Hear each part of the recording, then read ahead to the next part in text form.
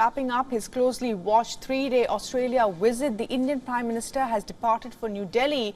On the final day of his visit, Prime Minister Modi held formal discussions with his Australian counterpart, Anthony Albanese. The two leaders discussed regional security and economic ties. Anthony Albanese hosted a dinner for the Indian Prime Minister in Sydney as the iconic city was soaked in colours of the India-Australia friendship. Early in the day, the two leaders signed a migration deal aimed at boosting Indian student and business travel to Australia and discussed the impact of the Russia-Ukraine war on developing countries, particularly with regards to food and energy security.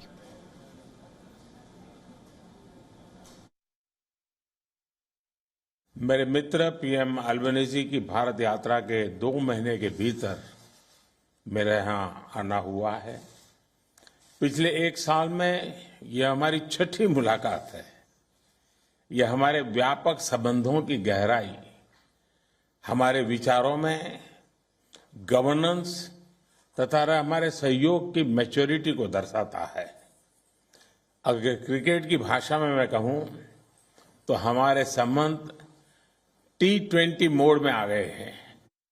Trade, migration and renewable energy also found a mention in the meeting between the two leaders. India and Australia have established a hydrogen task force to expand cooperation on clean energy. This is the second time that the Indian leader visited Australia since taking the prime ministerial office. His last visit came 9 years ago in 2014. I'm pleased to meet Prime Minister Modi so soon after our productive meeting in Hiroshima for the 2023 Quad Leaders Summit. Quad leaders stand together for an open, stable, secure and prosperous Indo-Pacific region, a region where sovereignty is respected and all countries, large and small, benefit from a regional balance that keeps the peace. And Australia announced that it will open a consulate in Bengaluru this month. The announcement came hours after Prime Minister Modi said India will establish a similar mission in Brisbane as part of efforts for the two countries to enhance bilateral ties. And during the talks, Prime Minister Modi also raised the issue of pro-Khalistan activities in Australia with Albanese, as well as incidents of attacks on temples with his Australian counterpart.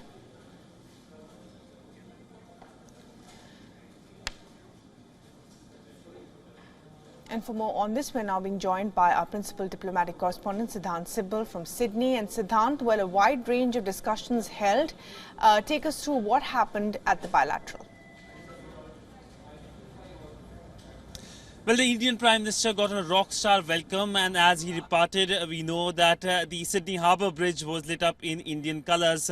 But essentially, when it comes to today, the big focus was on the bilateral aspect, as both the Indian Prime Minister and the Australian Prime Minister sat for conversation to find convergences on various issues, from economy to trade to security and defence cooperation. And as you pointed out, one of the key focus was on the hydrogen, green hydrogen references which were agreed on. Basically, a task force will be formed, and this is under the rubric of renewable energy. And second, of course, a pact on mobility was signed that will pave way for legal migration of Indians to Australia. But essentially, it was a diaspora connect that was the showstopper of the entire two-day visit. Yesterday, we saw the Indian Prime Minister addressing 20,000 members of the Indian diaspora and announcing a key announcement, that is the fact that the Indian consulate will be opened in Brisbane. That, of course, brought a smile to many Indians and Indian Australians who are keen to be connected